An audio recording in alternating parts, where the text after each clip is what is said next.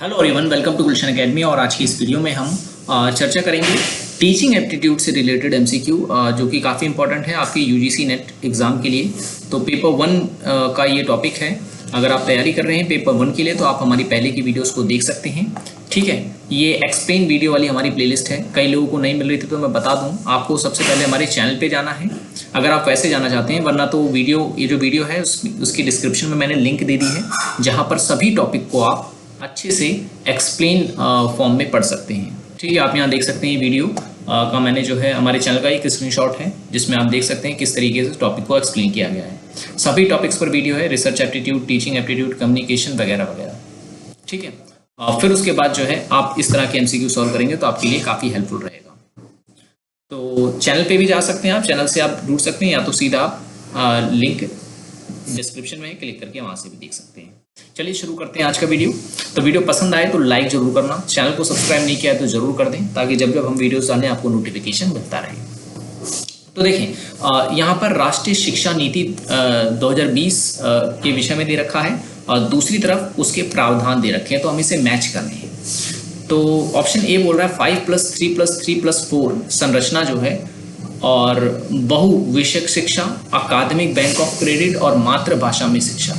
इसका सही आंसर ये है कि ये 5+3+3+4 जो है वो विद्यालय शिक्षा का नया पैटर्न है। जैसे कि पहले हुआ करता था 10+2, ठीक है, 10+2 हुआ करता था। अब जो है ऐसा नहीं होगा, अब 5+3+3+4 का सिस्टम आ गया है। बहुविषयक शिक्षा का मतलब क्या होता है कि अब छात्र जो होंगे वो अपनी जो है रुचि के अनुसार जो है इंटरेस्ट के अकॉर्डिंग जो है सब्जेक्ट को चुन सकते हैं। ठीक है, तीसरा है एकेडमिक बैंक ऑफ क्रेडिट, यानी ये क्रेडिट की संरचना है। आपने अपने एकेडमिक करियर में कितने क्रेडिट जमा किए हैं ये मैटर करेगा आगे।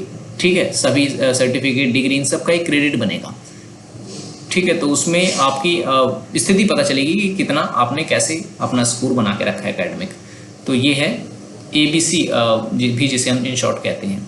मातृभाषा में शिक्षा का मतलब ये है प्रारंभिक कक्षाओं में जो शिक्षा दी जाएगी वो स्थानीय भाषा में दी जाएगी। अगर कोई छात्र है तमिलनाडु का है तो उसे तमिल भाषा में शिक्षा दी जाएगी, और अगर महाराष्ट्र का है तो मराठी भाषा में से शिक्षा दी जाएगी।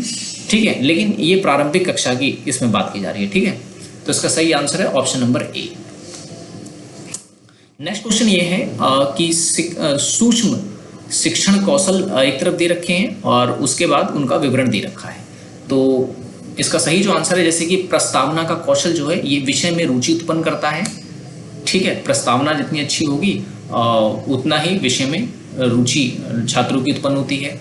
प्रश्न पूछने का जो कौशल होता है उससे क्या होता है, छात्रों की सोच को प्रोत्साहित करती है ये। ठीक है ना, कि छात्र जो है किस तरीके से सोच सकता है, तो प्रश्न पूछने से जो है उसकी इस कौशल का पता चलता है।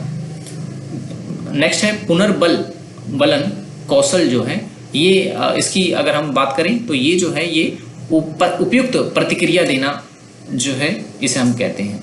और समापन कौशल का संबंध जो है वो है मुख्य बिंदु का सार प्रस्तुत करना, यानी कि कोई भी चैप्टर था या कुछ भी था उसको एंडिंग में आप जो है एक बार फिर से ब्रीफ कर दें, तो ये कहलाता है आपका समापन कौशल। ठीक है, मुख्य बिंदु का सार प्रस्तुत करना। नेक्स्ट जो है शिक्षण से संबंधित अवधारणाएं दे रखी हैं और दूसरी तरफ उनके अर्थ समझा रखे हैं, जैसे प्रेरणा, पुनर्बलन, प्रतिपुष्टि, तत्परता वगैरह वगैरह। तो प्रेरणा जो है, प्रेरणा का मतलब क्या होता है, किसी कार्य को करने की आंतरिक शक्ति, उसे हम प्रेरणा कहते हैं। मोटिवेशन जैसे हम इंग्लिश में कह सकते हैं। ठीक है, किसी काम को करने का। पुनर्बलन का मतलब क्या होता है, तो इसका जो अर्थ होता है वो होता है व्यवहार को सुदृढ़ बनाना। ठीक है, व्यवहार को सुदृढ़ बनाना। जबकि प्रतिपुष्टि जो है यानी फीडबैक का जो कार्य होता है वो होता है सुधार हेतु सूचना प्रदान करना।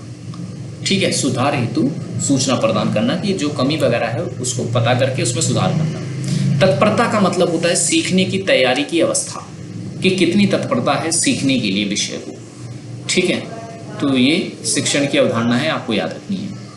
सही आंसर ऑप्शन नंबर ए ही है इनके लिए। नेक्स्ट क्वेश्चन है शिक्षण के प्रकार और उनकी विशेषता दे रखी है। टीम शिक्षण, सूक्ष्म शिक्षण, उपचारात्मक शिक्षण और अधिगमकर्ता केंद्रित शिक्षण। तो ऑप्शन ए टीम शिक्षण का मतलब ये है कि जब अनेक शिक्षकों के द्वारा शिक्षण कार्य किया जाता है तो उसे हम टीम शिक्षण कहते हैं। सूक्ष्म शिक्षण क्या होता है? सूक्ष्म शिक्षण होता है शिक्षण कौशल का अभ्यास। ठीक है, शिक्षण कौशल का अभ्यास।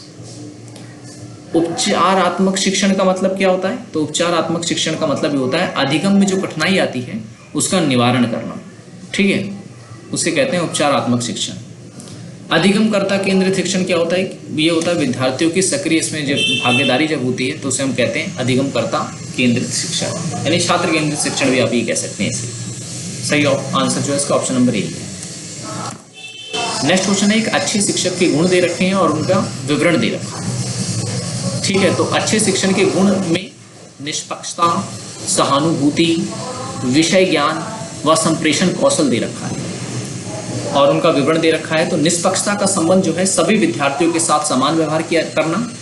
सहानुभूति का यहाँ पर अर्थ यह है कि विद्यार्थियों की भावनाओं को समझना। विषय ज्ञान का मतलब होता है कि विषय पर अपनी गहन पकड़ का होना। और संप्रेषण कौशल का मतलब यह है कि विचारों को स्पष्ट रूप से व्यक्त करना। ऑप्शन नंबर ए इसका करेक्ट आंसर है। ठीक है, option number A correct answer है। नेक्स्ट क्वेश्चन आप देखेंगे, शिक्षण के सिद्धांत दिए गए हैं और यहाँ पर उनके योगदान दिए गए हैं। B.F. स्किनर, जीन पियाजे, लेव वाइगोत्स्की और एडवर्ड थॉर्नडाइक। तो इसका सही आंसर है B.F. स्किनर जो है इन्होंने प्रचालन अनुबंध का सिद्धांत जो है दिया है। जीन पियाजे ने संज्ञानात्मक विकास का सिद्धांत दिया है। लेव वाइगोत्स्की की अगर हम बात करें तो इन्होंने समीप स्थित विकास का सिद्धांत, विकास का क्षेत्र दिया है, जिसे स्कैफोल्डिंग कहते हैं। जिसे अगर आप सीटेट वगैरह की तैयारी करते होंगे तो आपको इसके बारे में पता होगा। और एडवर्ड थॉर्नडाइक ने जो है वो प्रभाव का नियम दिया है। ठीक है, इसका भी आंसर ऑप्शन नंबर ए ही है। नेक्स्ट क्वेश्चन है, शिक्षण के कौशल और उनके कार्य। उदाहरण देने का कौशल, प्रश्न पूछने का कौशल, पुनर्बलन कौशल और व्याख्या कौशल। तो उदाहरण देने का कौशल का मतलब यह है कि कठिन विषय को सरल बनाना। ठीक है, और प्रश्न पूछने के कौशल का जो इस्तेमाल होता है वो होता है चिंतन को प्रेरित करना। पुनर्बलन कौशल का जो कार्य होता है वो होता है उत्तर को प्रोत्साहित करना। और व्याख्या कौशल का जो अर्थ होता है वो होता है अवधारणाओं को स्पष्ट करना। ठीक है, तो ये वीडियो अगर आपको हमारी समझ मतलब पसंद आ रही हो तो लाइक जरूर कर दें वीडियो को। ठीक है, ताकि इस तरह की वीडियोस हम आपके लिए लाते रहें। और पहले की वीडियोस नहीं देखे तो जरूर देखें, लिंक डिस्क्रिप्शन में दे दिए मैंने। अब यहाँ पर मूल्यांकन के बारे में दे रखा है और उनके अर्थ दे रखे हैं। तो मूल्यांकन देखिए, निदानात्मक मूल्यांकन होता है, एक निर्माणात्मक मूल्यांकन होता है, एक संकलनात्मक होता है और एक उपचारात्मक मूल्यांकन होता है। ठीक है, तो निदानात्मक मूल्यांकन में होता यह है कि कठिनाइयों का पता इसमें लगाया जाता है, मतलब छात्र को अधिगम के दौरान जो जो कठिनाइयाँ आ रही हैं उसको जाना जाता है। और निर्माणात्मक जो मूल्यांकन होता है उसमें सतत सुधार करने पर बल दिया जाता है। संकलनात्मक मूल्यांकन जो होता है वो अंतिम उपलब्धि ज्ञात करने हेतु किया जाता है, सम्मेटिव असेसमेंट जिसे हम कहते हैं। और उपचारात्मक जो मूल्यांकन होता है उसमें कमियों को दूर किया जाता है। ठीक है, तो इसका आंसर भी ऑप्शन नंबर ए ही होगा। नेक्स्ट है, शिक्षण के सिद्धांत और उनके अर्थ दिए गए हैं। जैसे ज्ञात से अज्ञात की ओर, सरल से कठिन की ओर, मूर्त से अमूर्त की ओर, विशिष्ट से सामान्य की ओर। तो ज्ञात से अज्ञात की ओर का मतलब यह है कि पूर्व ज्ञान का उपयोग करना। सरल से कठिन की ओर का मतलब यह है कि कर्मिक अधिगम। मूर्त से अमूर्त की ओर का मतलब यह है प्रत्यक्ष अनुभव से अवधारणा।